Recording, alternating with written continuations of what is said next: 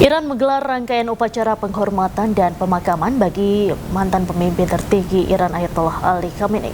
Sejumlah pemimpin negara dan delegasi dari puluhan negara mulai berdatangan ke Teheran untuk memberikan penghormatan terakhir.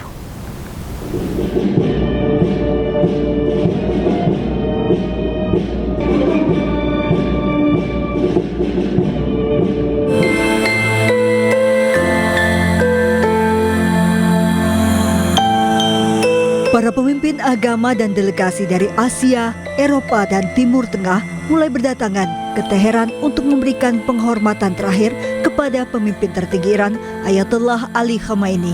Terlihat kedatangan delegasi dari Rusia, China, India, Turki, Irak, Bosnia dan Herzegovina, Hungaria hingga Bangladesh menjelang dimulainya rangkaian upacara penghormatan. Nampak pula Menteri Luar Negeri Iran Abbas Araghchi serta Ketua Parlemen Iran Muhammad Bagher Ghalibaf turut memberikan penghormatan terakhir sambil menangis di depan peti Ali Khamenei. Iran menyebut lebih dari 90 negara mengirimkan delegasi resmi dan tokoh agama untuk menghadiri prosesi tersebut, termasuk Perdana Menteri Pakistan Shehbaz Sharif, Presiden Irak Nizar Amidi, serta perwakilan senior dari Rusia, China, India, Oman, dan Arab Saudi. Pemerintah Iran menjadwalkan prosesi penghormatan dimulai pada 4 Juli di Masjid Imam Khomeini, Teheran. Ribuan pelayat diperkirakan akan memadati ibu kota Iran selama 2 hari ke depan. Pemerintah Iran juga telah menyiapkan sejumlah lokasi penampungan mulai dari masjid, stadion, taman, hingga kamp sementara untuk menampung pelayat yang datang dari berbagai wilayah. Prosesi pemakaman umum dijadwalkan pada tanggal 6 Juli, setelah itu upacara akan berpindah ke kota Qom pada tanggal 7 Juli. Prosesi pemakaman dijadwalkan akan diakhiri dengan penguburan Khamenei di makam Imam Reza di Mashhad pada tanggal 9 Juli. Sebelumnya Khamenei tewas pada hari pertama serangan AS dan Israel yang memicu perang Iran terbaru. Teheran mengkonfirmasi kematian pemimpin tertinggi dan menunjuk putranya Mojtaba Khamenei sebagai penggantinya. Presiden Amerika Serikat Donald Trump menyebut Iran sangat ingin berdamai dengan Amerika Serikat. Ia juga mengklaim Washington sengaja memberikan Iran waktu istirahat seminggu untuk menggelar rangkaian upacara pemakaman pemimpin tertinggi Iran Ayatollah Ali Khamenei karena Amerika Serikat baik. We beat Venezuela in one day. And we knocked the hell out of Iran. They're dying to settle. They want to settle so badly. We gave them a week off for a funeral because we're nice. It's true. For 250 years, the entire world has looked to our country and been inspired by the leaps of progress, feats of strength, and acts of selflessness, faith, and hope. Pemirsa, sebuah kota di perbatasan Lebanon Selatan luluh lantak setelah Zionis Israel mengklaim menghancurkan terowongan bawah tanah milik Hizbullah.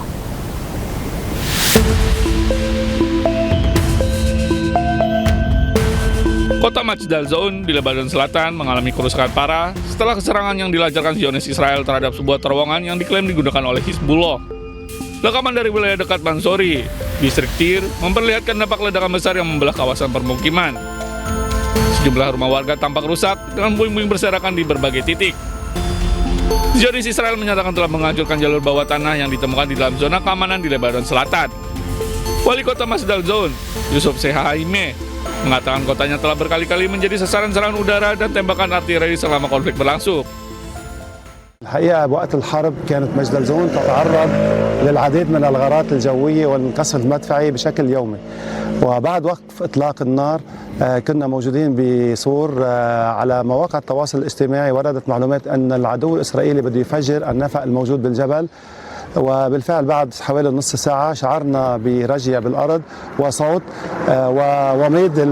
وميد من النار بيّن أنه مباشرة أنه العدو الإسرائيلي أقدم على تفجير المنشأة الموجودة بالجبل.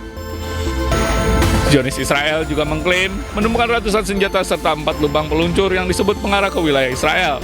Klaim tersebut belum dapat diverifikasi secara independen. Menteri Keamanan Nasional Israel Itamar Ben-Gvir melakukan kunjungan ke permukiman warga Palestina di Yerusalem Timur. yang menyebut pasukan Israel telah menghancurkan 20 rumah dan menuntut lebih banyak rumah lagi diratakan.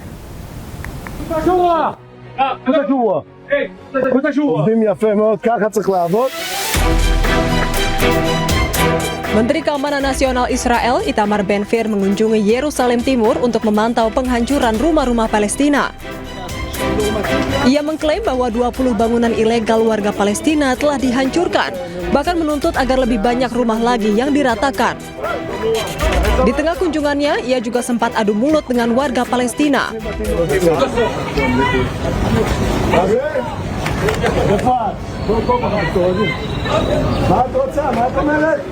למה היא ברחה? מה קרה? היא מתלוננת שרוצים להרוס לה את הבית? אם זה לא חוקי, הורסים. הבעיה שאתם הורסים את הבתים שלנו. מה שלא חוקי אני הורס. מה שלא חוקי אני הורס. Penggusuran rumah penduduk Palestina dilakukan dengan dalih pembangunan tanpa izin yang dikeluarkan Israel. Media Palestina melaporkan kebijakan perencanaan Israel bersifat restriktif untuk membatasi pertumbuhan penduduk Palestina dan memperluas kendali Israel atas kota tersebut. 1000 hari perang menghancurkan Gaza, ribuan warga Palestina kini hidup dalam keputusasaan di tengah reruntuhan.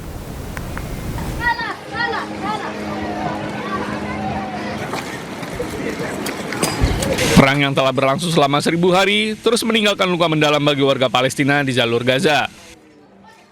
Ratusan pengungsi yang berlindung di Universitas Islam Kota Gaza menyampaikan seruan putus asa kepada dunia internasional.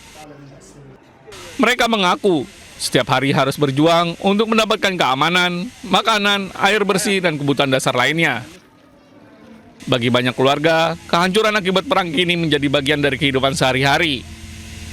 Harapan agar konflik segera berakhir semakin memudar seiring berlanjutnya pertempuran. Sejumlah pengungsi menggambarkan Gaza sebagai wilayah yang kehilangan rasa aman, kehidupan normal, dan fasilitas dasar yang dibutuhkan untuk bertahan hidup. صار لها الحين 1000 يوم واعتقادي أنا أنها مش هتقف هتستمر وممكن تستمر كمان قد اللي راح لأن أنت شايف اليهود اليوم بتزيد اغتيالات حصار بتضايق على الناس طلبات جديدة ما فيش شيء يعني بوادر خير نقول ها بدأت. Di tengah kondisi yang terus memburuk, warga Palestina kembali berjuang agar komunitas internasional segera mengambil langkah nyata untuk memperluas akses bantuan kemanusiaan dan meringankan penderitaan jutaan warga sipil yang terdampak konflik.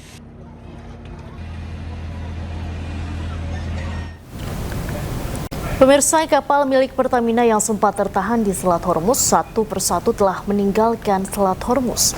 Kini tersisa satu kapal yang masih tertahan di selat tersebut. Nah itu namanya Gam Sunoro Pertamina. Dan begitu pun dengan kapal-kapal yang lain, rata-rata yang... Kapal Gam Sunoro milik Pertamina berhasil melintasi Selat Hormuz. Keberhasilan ini menjadi kabar menggembirakan di tengah gejolak harga minyak dunia yang akibat penutupan Selat Hormuz. Berdasarkan informasi sementara, seluruh kapal Gam Sunoro dalam keadaan sehat, meski satu kapal berhasil melintas, namun kapal Pertamina Pride masih tertahan dan menunggu izin melintas. Rencana pelayaran menuju Kilang Cilacap juga masih tertunda. Kayaknya belum ada tanda-tanda untuk bergerak. Semoga lah ya. Tentunya untuk Pride sampai dengan saat ini kami sedang berproses untuk perizinannya. Nah, dan saat ini karena Selat Hormuz juga memanas kembali, sehingga pelaksanaan kargo dari Pride masih tertunda, dan nanti apabila sudah melintas benar itu.